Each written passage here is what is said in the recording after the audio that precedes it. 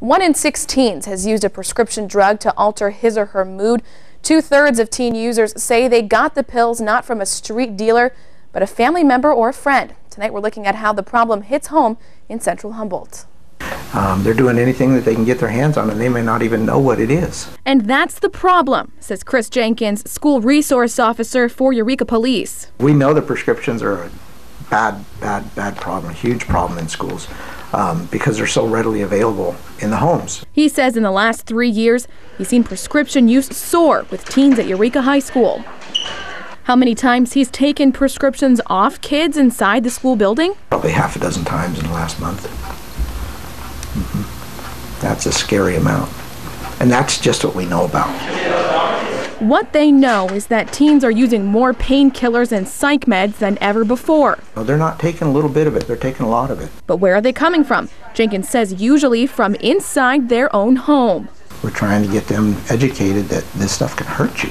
This stuff can kill you. We'll get 3 to 4 prescription drug overdoses to 1 street drug overdose. Coroner Roy Horton says prescription deaths now outnumber meth, heroin. I had a young man overdose in Fortuna that got into his mother's medication and overdosed, and she didn't have any idea that he had gotten into her medication.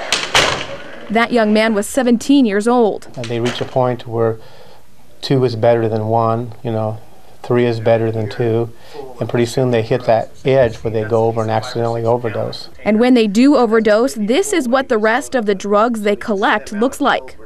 Anytime there's a death investigation involving prescriptions, Horton says they put the pills in here.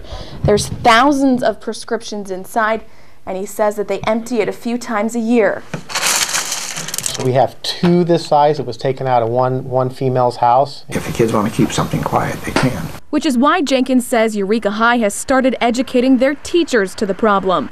And it's helped. The staff's picked up on it, and teachers will call, I've got so-and-so in my class, and they just can't stay awake. But the problem, Jenkins and Horton agree, is hard to swallow because the issue starts in your own medicine cabinet. I think it comes back to the home with the parents to know what their children are doing.